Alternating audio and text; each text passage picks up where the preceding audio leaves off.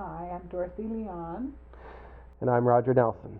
I'm really pleased to be meeting Dorothy here today and to learn and hear about all the things that she's written concerning the Wheel of 19 Spokes and her other insights. It's just a pleasure. Come all the way down from Canada to be here, and I'm excited just to have this opportunity. I've been around the wheel. I visited of the points around the wheel. I visited 11. I've got 8 more to go.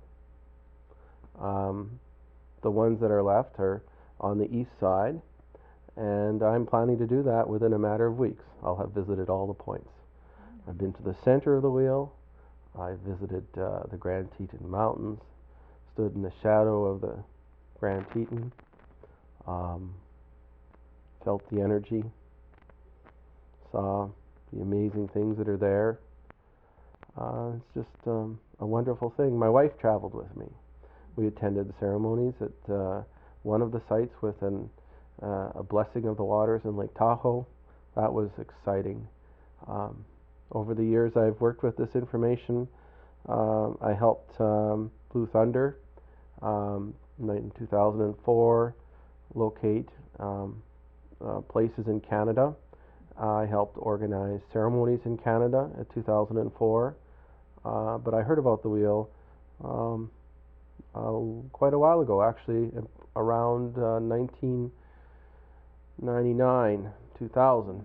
I was first made aware of it, and it helped my interest in exploring sacred sites and in exploring earth energies and natural pathways or in the land and landscape and the geometric relationship between landscape features and its connection with ourselves. And it's been part of what I have been doing for the last time since then.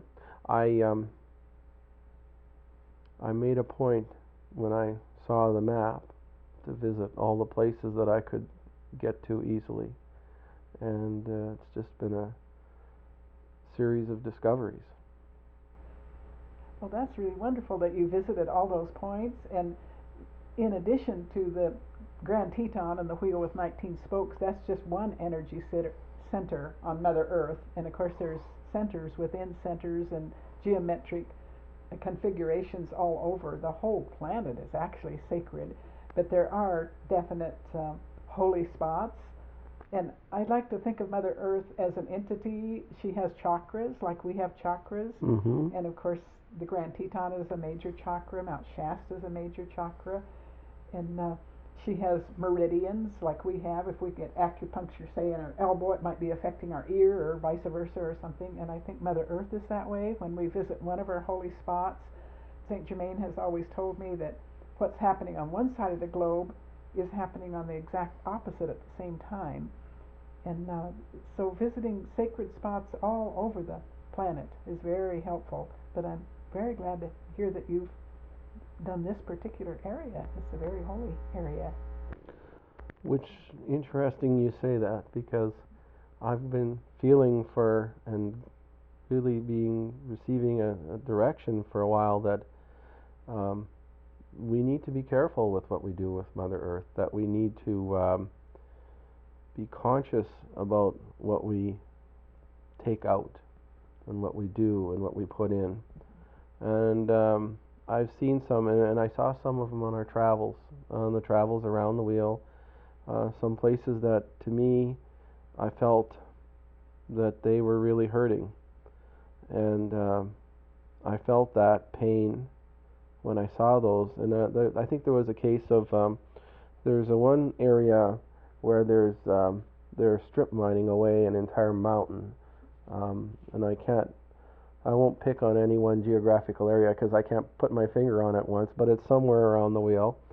And well, I can think of a few others too, in Saskatchewan and that, in Manitoba, closer to where I live, where that's happening, and you could almost feel the pain. One area that, it was so troubling when we were there, my wife and I think we nearly cried, with the desolation, but it's the Owens Valley in the shadow of Mount Whitney, where it seems like you go there and you just feel that it just is dried up, and all what was once orchards and everything are all sucked dry, and there's no life left in it, and the land cries there. Yes. And I think one of the probably most painful places for Mother Earth is close to the Navajo reservation where they're doing their uranium. mm-hmm. What would you call uranium mining? Yeah. In that area, and that is such a holy spot. But you see, the dark forces know all of the secrets too. They know all of the cosmic secrets, and they know how to desecrate Mother Earth. They go to her most powerful spots and take away certain things. And Mother Earth is quite sensitive. Even some of the gold and the crystals and different things, they're not always meant for us to take out, or at least in such large qualities and quantities. And water, even taking the oil and pumping out the oil, and all these things are just like somebody would be doing that to our body, taking out all these things, dehydrating us and such. And I feel like the planet, when it was created, was beautiful and green everywhere, and deserts. I think the word desert comes from a word meaning desecration. And whenever we see a desert, something has gone wrong. And the Bible does mention that the desert will again bloom as a rose. And it's wonderful when you see areas where the desert is now blooming like a rose. One of those areas would be Jerusalem, where they've planted so many trees and done so many beautiful things. And so fortunately we have healers that are offsetting by a great degree the dark ones.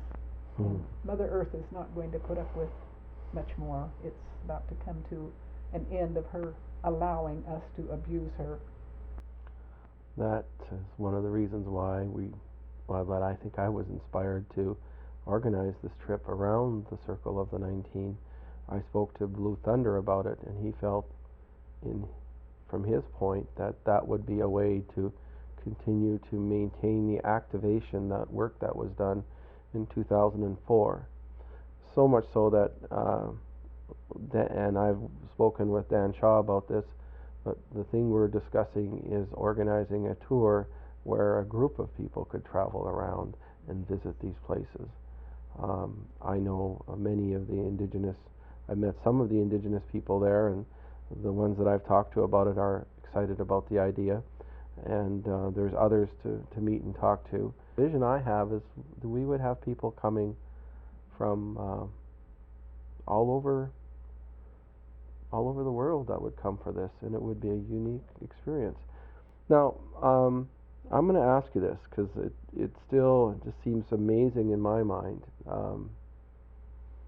Just where did I've read what was written about the Wheel of 19 Spokes, and where did the idea of these places come from, and then how did the conceptualization or how did you pick the actual locations, and how did that all start again?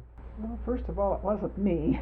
Yeah. I'm just a servant for Spirit. And my former husband had a little light plane, and we used to drive around, or fly around, I guess I should say. And since birth, I've been able to see energy. Like right now, I can see your energy. And our photographer over here, who I like to call Angel, Dan Shaw, he's got lots of energy, beautiful aura. But I've always been able to see energy. But when I got up in the little light plane, and of course when you get up in a plane, it's like going to the top of a mountain because you're actually above the Earth's effluvia. And I found my channeling and attunement was just so much greater up in the airplane. And so at first I just innocently asked my husband, who wasn't too much into this sort of thing, I said, "What is that light that's coming out of the top of the mountains?" And he said, "Oh, not you again, with your things." And he called it my spook show. But anyway, but to me, I took it very seriously, and then I would see this light coming out of mountains and then going over and like joining another mountain. And and then I would see different things. So when I would get home, I would put it on the air charts, and I started seeing that there was configurations between these different ones. And at the time, I had 4 children at home, and so I couldn't do a lot of traveling or anything. But I did the air charts at every place that we flew over, and so that limited us to Oregon, Washington, and California, and a little bit of Nevada. But then the master started talking to me and saying, since I was so interested in this, they would show me other things on the inner.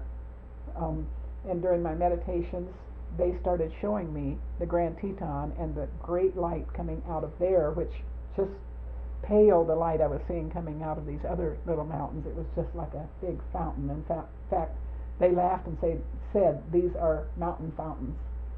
And then they showed me the 19 spokes, and they showed me just like the diagram that I made with the 19 equilateral lines. They showed it like a template coming down over a map, and I merely just wrote down what I saw. So the Spirit did it, really, not me. And I always wanted a chance to go there and fly over there, but so far I've never had that opportunity. But I've been to the Grand Tetons, and I have not visited all the spots, so my hat's off to you for visiting all the spots. But I was shown to them, and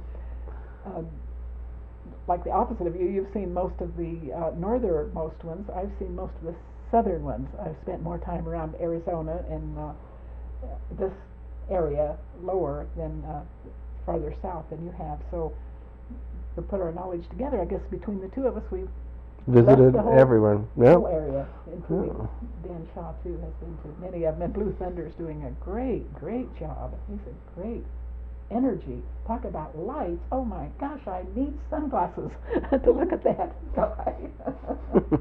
What a bright light.